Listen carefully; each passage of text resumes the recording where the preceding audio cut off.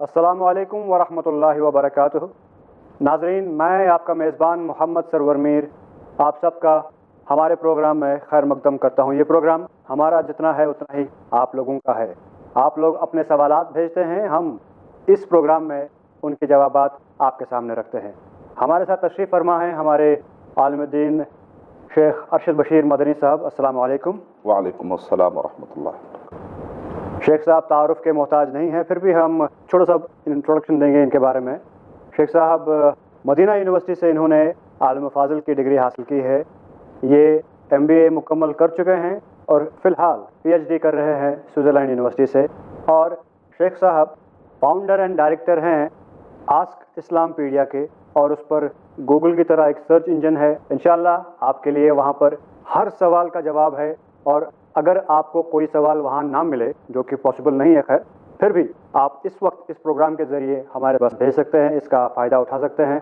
तो शेख साहब, हम पिछले एपिसोड्स के जो आपने जवाबात दिए हैं उस सिलसिले को हम जारी रखते हुए आपसे ये जानना चाहेंगे कि अगर हम आज के लाइफस्टाइल की बात करें कि कोई भी प्रॉपर तरीके से रेस्ट नहीं कर पाता है, लाइफस्टाइल इतना फास्ट हो गया है कि सुबह निकले शाम को लेट आए, सोने का भी वक्त नहीं मिल रहा है, और कभी कभी खुदा न खास्ता अगर हम अपने नमाजों से दूर रहते हैं तो स्ट्रेसफुल होना तो खैर बनता है। इस स्ट्रेस मैनेजमेंट के बारे में, इस हाइपरटेंशन के बारे में आप क्या कहना चाहें? देखिए, स्ट्रेस मैनेजमेंट ये बड़ा अच्छा टॉपिक है जी। स्ट्रेस को कैसे दूर करें, how to remove stress from your life. तो एक मर्तबा एक साहब ने मुझसे कहा, शेख साहब मैं नमाज तो पढ़ता हूँ लेकिन दिल से मैं राज़ी नहीं होता हूँ।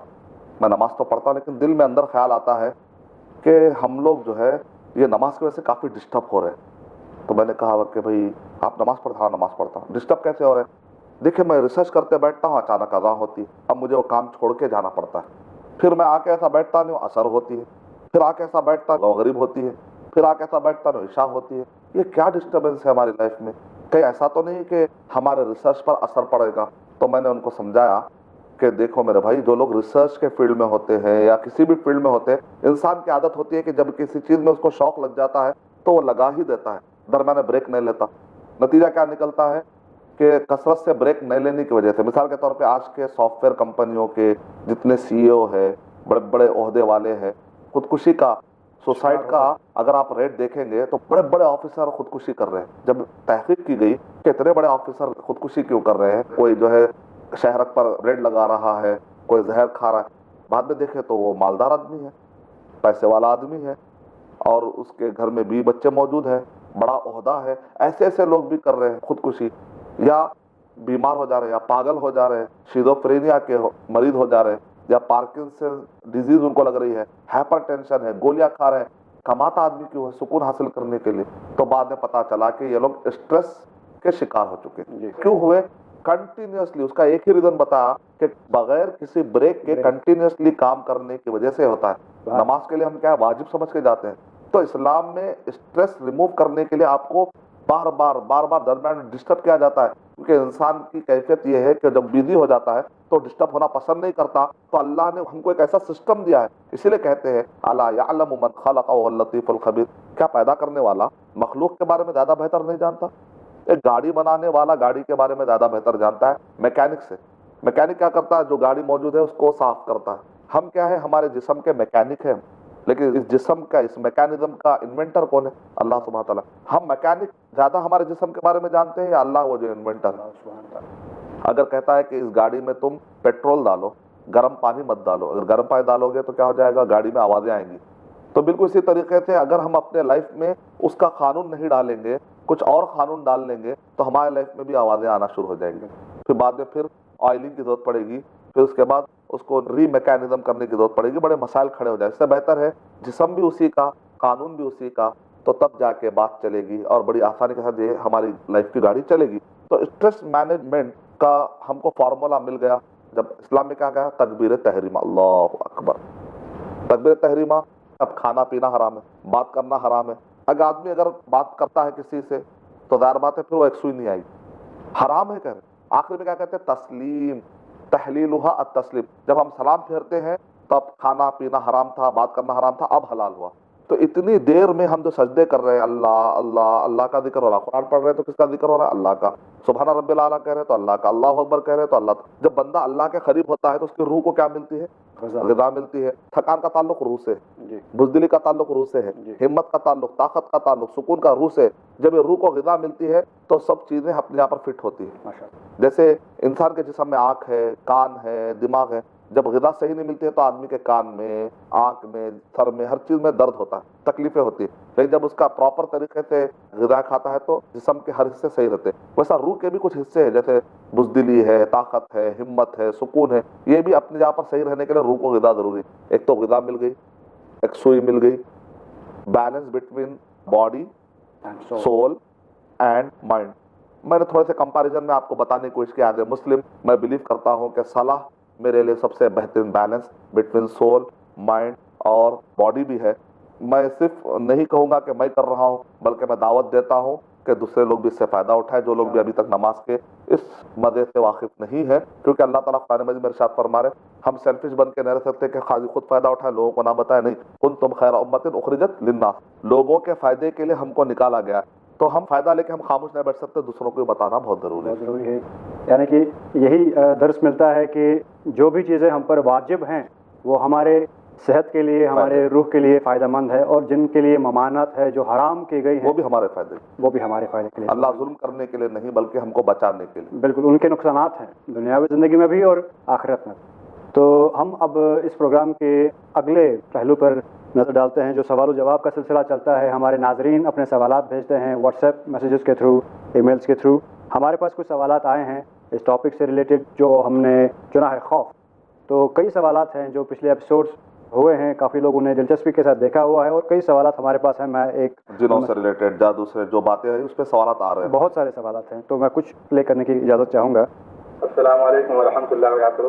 मेरा नाम राज मोहम्मद। एक मेरा सवाल है कि नज़रबंदी दिखाते हैं लोग, वो फूल बनाते हैं, कबूतर बनाते हैं, इसकी क्या हकीकत है? इसके बारे में मुझे जानकारी दीजिए। जी, जो आपने पिछले एपिसोड्स में जादू का जिक्र किया था, जो सवालात का, बिल्कुल बिल्कुल। देखिए, नज़रबंद यानी कि नज़रों का धोखा, करतबबाजी करते हैं। इतना फास्ट वो करतब दिखाता है बाद औक़ात कि वहाँ पर कोई हकीकत वाली चीज़ या गायब वाली चीज़ वो लाके नहीं रखता है। कबूतर बताना, कबूतर को फूल बना देना, अगर कई मरतबा अगर आप गौर करके देखें तो बहुत सारी चीज़ें आपको पता चल ही जाती कि भाई अच्छा, इसके पीछे ये हकीकत थी। बड़ी आसानी से एक आदमी अपने उंगलियों के अंदर एक चीज़ को छुपाता है और फ्रैक्शन ऑफ सेकेंड में बताता है, तो आप उंगली पे, अरे अभी तो नहीं था, कैसे आ गया? तो कहेगा कि मैं उंगली के दरमियान छुपा कर था, बड़ी फास्ट से मैंने उसको पलटा दिया। तो बाद में पता चलता है उनकी जो टोपी होती है वो करतबबाजियों के, वो इतने बारीक होते हैं कि उसके नीचे कबूतर होता है तो पूरी ऊपर से टोपी, जब वो खींच के निकालते हैं तो अचानक कबूतर आता है, जब फिर हाथ डालते हैं तो गायब होता है। दरअसल दो टोपे इतने बारीक बारीक रखते हैं कि नीचे कबूतर मौजूद होता है, उसके ऊपर एक टोपी डाल देते हैं, जब पलटा के बताते हैं उसमें कोई चीज़ नजर नहीं आती। बाद औक़ात शक्लें ये होती है कि जिनकी मदद भी ली जाती, जैसे मिसाल के तौर पर एक आदमी हवा में लेटा हुआ, अब नीचे देखते हैं तो तलवार है, तलवार के ऊपर वो आदमी गिरा तो तलवार पे गिरेगा, नीचे हाथ देते तो कोई आईना नजर नहीं आता। दरअसल जिनों से इनकी साजबाज होकर रहती है, वो टाइम पर जिन उसको उठाए हुए होते और जिन आपको नजर नहीं आते। एक मरतबा का वाक़या ये है कि औलिया और रहमान औलिया और शैतान, इब्न तैमिया रहमतुल्लाह अलैह की किताब है, उसमें एक वाक़या ये है कि एक साहब हवा में उड़ रहे थे। लोग बोले ऐसे रहना है पीर अगर हो तो, क्या वली अल्लाह के वली देखो आसमान में। अब उस जमाने प्लेन का तस्वुर आ रहा, आज भी अगर कोई बगैर एरोप्लेन के हवा में उड़े तो आज भी ताज्जुब की बात है। एक आदमी ने देखा कि ये तो लोग धोखा खा रहे हैं इस आदमी से, ये आदमी तो गलत है अखलाक का, ये आदमी तो अकीदे का गलत है, लेकिन अगर लोग अब धोखा खाएंगे तो उसके पीछे जाएंगे, करतब है, समझ में आ गया। तो वो जाकर जो है उन्होंने आयतुल कुर्सी और दुआ पढ़ दी, औज़ु बिल्लाहि मिनश शैतान, धड़ाम से वो आदमी नीचे गिर गया। लोग बोले अरे आदमी क्यों गिर गया? तो बोले इसको जिन उठाकर हवा में लेकर जा रहे थे, जैसे मैंने अल्लाह का जिक्र किया तो जिन वहां से क्या हो जाते हैं, रफू चक्कर हो जाते हैं, तो बेचारा गिर पड़ा। इसी तरीके से एक आदमी ने कहा कि मुझे आँख छूती नहीं, मुझे जाकर बादशाह से कहा। उस जमाने में बादशाह के पास जाकर हर कोई भरोसा जीतने की कोशिश करता था। तो इब्न तैमिया रहमतुल्लाह अलैह के बारे में आता है कि एक आदमी ने कहा मैं सच्चा मुसलमान हूँ, मेरा अकीदा देखो अच्छा मेरे अकीदे सही है, इब्न तैमिया रहमतुल्लाह अलैह के अकीदे सही नहीं है। तो बादशाह ने कहा प्रूफ करो। कहा कि मुझे तुम आग में डालोगे तो मुझे आग छूती नहीं। वो आदमी ने चैलेंज किया, चलो मैं इब्न तैमिया रहमतुल्लाह अलैह से मुकाबला करने के लिए तैयार हूँ, इब्न तैमिया को बुला लो। उसको भी आग में जाने के लिए कहो, मुझको भी आग में जाने के लिए कहो, मैं आग में से बाहर बच के आराम से निकल सकता हूँ, जबकि वो नहीं निकल सकता। बादशाह ने कहा कि भाई बहुत बड़े अकीदे वाला आ गया, इब्न तैमिया शायद गलत है। अब इब्न तैमिया एक अहलुस सुन्नह वल जमा के एक नेक इंसान है। इब्न तैमिया रहमतुल्लाह अलैह ने कहा अच्छा मुझको वो चैलेंज कर रहा है, ठीक है मेरी भी एक शर्त है। उसकी शर्त क्या? आग में जाना, दोनों भी आग में जाना। चलो मैं भी आग में जाने रेडी हूँ, वो भी आग में जाएगा। उसकी शर्त तो है, मेरी भी एक शर्त है। आग में जाने से पहले हम दोनों पहले गर्म पानी से नहाएंगे, ठंडे पानी से नहीं, गर्म पानी से नहाएंगे, उसके बाद आग में जाएंगे। उस आदमी ने कहा नहीं नहीं मैं शर्त नहीं मानूंगा। बादशाह ने कहा तुम गर्म आग में जाने रेडी हो, गर्म पानी से नहाने के लिए रेडी क्यों नहीं हो? तो उस आदमी ने कहा नहीं नहीं मैं नहीं कर सकता। बाद में भाग गया। इब्न तैमिया तो से पूछा गया वो आदमी भागा क्यों? तो कहा कि उसने जिस्म पर कुछ इस किस्म का ऑयल और इस किस्म का उसने ईजाद किया था, वो पूरे जिस्म को उसने लगा लिया। जब आग में जाते हैं तो आग उसको पकड़ती नहीं है, लेकिन जब गर्म पानी डालेंगे तो उसका जो ऑयल है और उसका जो जितना भी मादा है वो बह के निकल जाएगा, उसके बाद आग में जाएगा तो जल जाएगा वो आदमी, इसलिए वो भाग गया। तो ये कर्तव्यवादी है। नजर बंद की हकीकत या तो जिनकी मदद लेकर या उशारी करके ली जाती है, तो इन सब चीज़ों से बचना चाहिए। दिलचस्पी के तौर पे शेख क्यों इस्लाम में एंटरटेनमेंट नहीं है? हम कहेंगे किसी को धोखा देकर एंटरटेनमेंट लेने से आहिस्ता आहिस्ता आदतें खराब होती है। आदतों के बाद फिर आहिस्ता आहिस्ता हमारे अतवार, अकीदे, फिर हमदर्दी, हुकूकुल्लाह, हुकूकुल इबाद, अल्लाह ताला उस रास्ते पर रोक लगा देते हैं जो रास्ता आपको एंड में तकलीफ की तरफ ले जाने वाला है। इस्लाम में जो सिस्टम बनाया गया वो पूरा सिस्टम इंसानियत को बचाने के लिए, उनके माल जायदाद को बचाने के लिए, इज्जत को बचाने के लिए, आबरू को बचाने के लिए आया।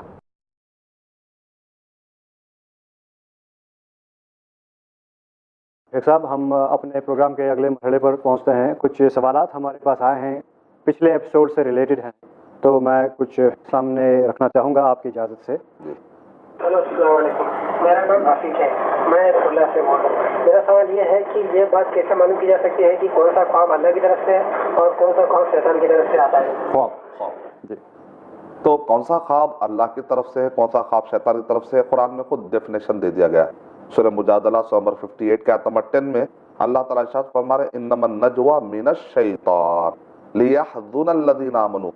वो ख्वाब, वो नजवा, वो जो विस्परिंग जो शैतान की तरफ से होती है, उसके पीछे क्या मकसद होता है? बंदे को गम में डाल देना।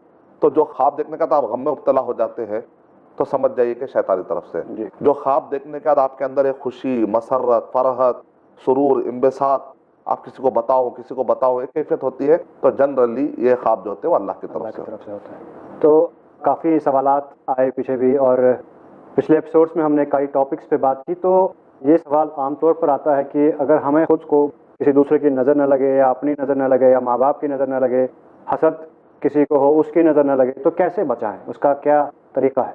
आदमी जब अपना जिक्र करता है, मेरे पास कार है, मेरे पास बंगला है, तो ऐसे वक्त पर आदमी ये कहे साथ साथ में माशाल्लाह माशाल्लाह माशाल्लाह ऐड कर ले, तो सामने वाले की नजर नहीं लगेगी। जब किसी और की तारीफ कर रहा है तो कहे बारकल्लाह।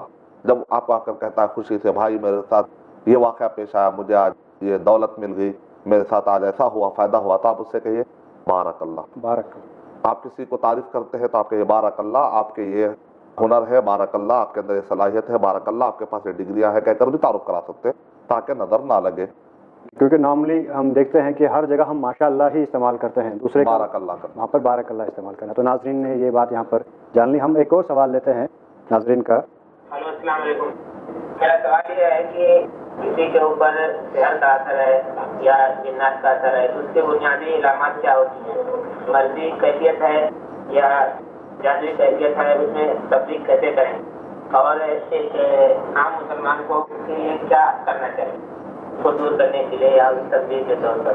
जी, जादू है, जिन है, नजर बद है, इसको पहचानने के तरीके ये है कि आदमी अपने ख्वाबों पे गौर करे, किस किस्म के वो ख्वाब देख रहा है। डरावने ख्वाब चल रहा है, सिलसिला चल रहा है, गिलादत ही गिलादत, गंदे ख्वाब ही गंदे ख्वाब, डरावने ख्वाब। तो नींद की कैफियत से भी पता चलता है, नींद बराबर नहीं आ रही है, टाइम ऊपर नीचे हो जा रहे हैं, उसके दिन के एक्टिविटीज़ पे उसको दिल नहीं लग रहा है, दिन के एक्टिविटीज़ पे देखना पड़ेगा, उसके ख्वाबों पे नज़र रखना पड़ेगा।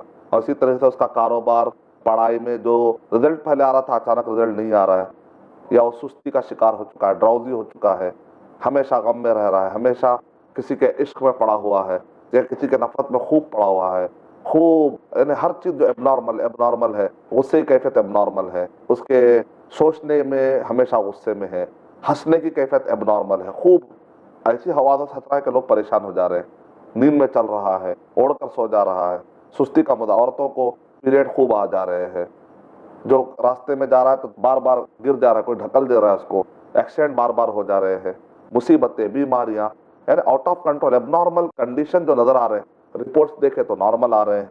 जब ऐसे चीजें ज्यादा होने लगती है तो ये कैफियतें उसको समझ में आती है। नजर बद में आदमी ड्राउजी होना शुरू होता है, नजर बद के अंदर आदमी के ख्वाब भी प्रॉब्लम में आ जाते हैं, नजर बद की वजह से उसके काम जो होते हैं रुकावटें पड़ जाती है, कामों में रुकावट, ये सब तरीके होते हैं पहचानने के, जिन जादू वगैरह के।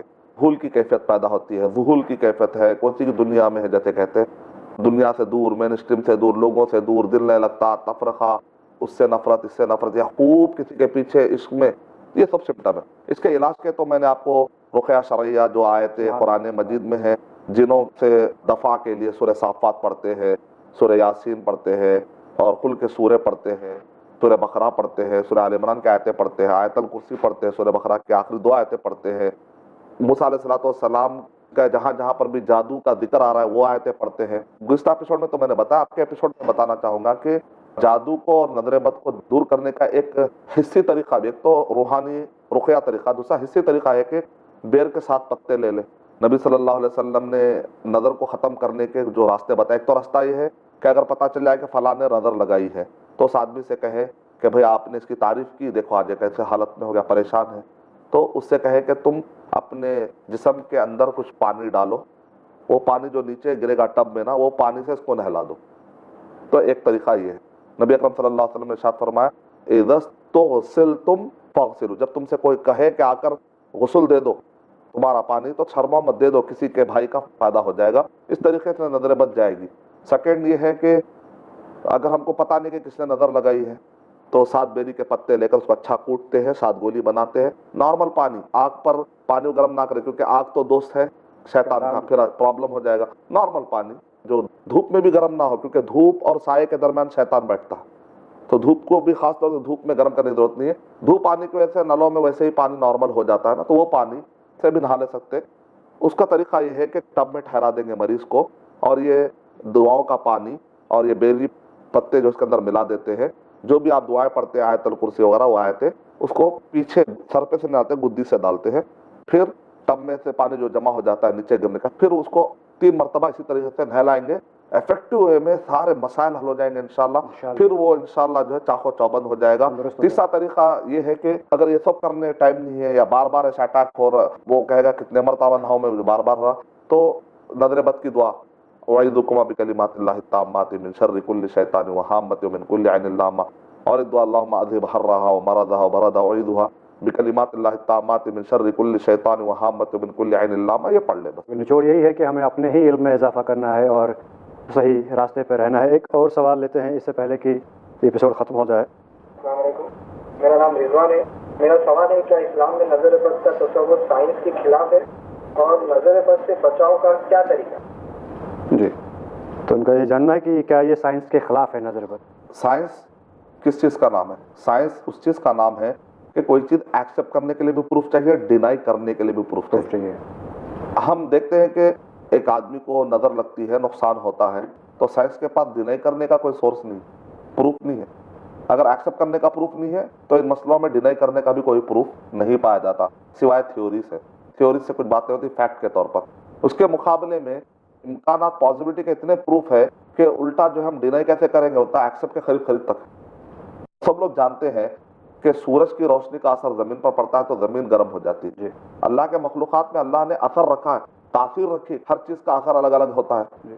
अब मैं हाथ अगर रखता हूँ दूसरे हाथ पर तो मुझे गर्मी महसूस होती है। कोई पुलिस वाला मुजरिम को घूर के देखता है तो उसका पसीना निकल जाता है, असर होता है। बाद औक़ात एक आदमी शफकत से देखता है तो सामने वाले के आंख से आंसू निकल जाते हैं।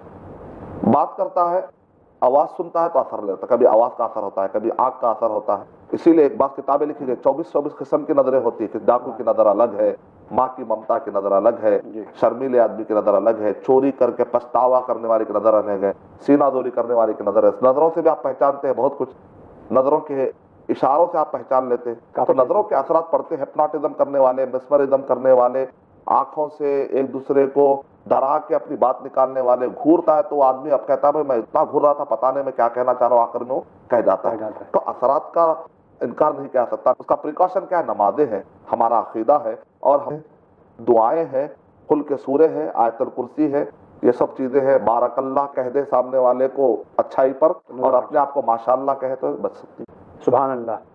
शेख साहब, इस गुफ्तगू को हम कंटिन्यू करेंगे हमारे अगले एपिसोड में, क्योंकि इस वक्त हमारे इस एपिसोड का वक्त इख्तिताम पर पहुंचता है। नाजरीन, आपके टीवी स्क्रीन पर जो नंबर है उस पर आप मैसेजेस भेजते रहें, सवालात भेजते रहें, हम उन्हें हमारे इस प्रोग्राम में शामिल करेंगे इंशाअल्लाह। और आपके स्क्रीन पर एक ईमेल आईडी भी है, अपने सवालात भेजें, हम उन्हें भी इस प्रोग्राम में शामिल करेंगे। और अगले एपिसोड्स में आपके सवालों के जवाब फिर से शेख साहब देंगे। अगले एपिसोड तक मुझे और शेख साहब को इजाज़त दीजिए। अस्सलामु अलैकुम। अस्सलामु अलैकुम व रहमतुल्लाहि व बरकातहू।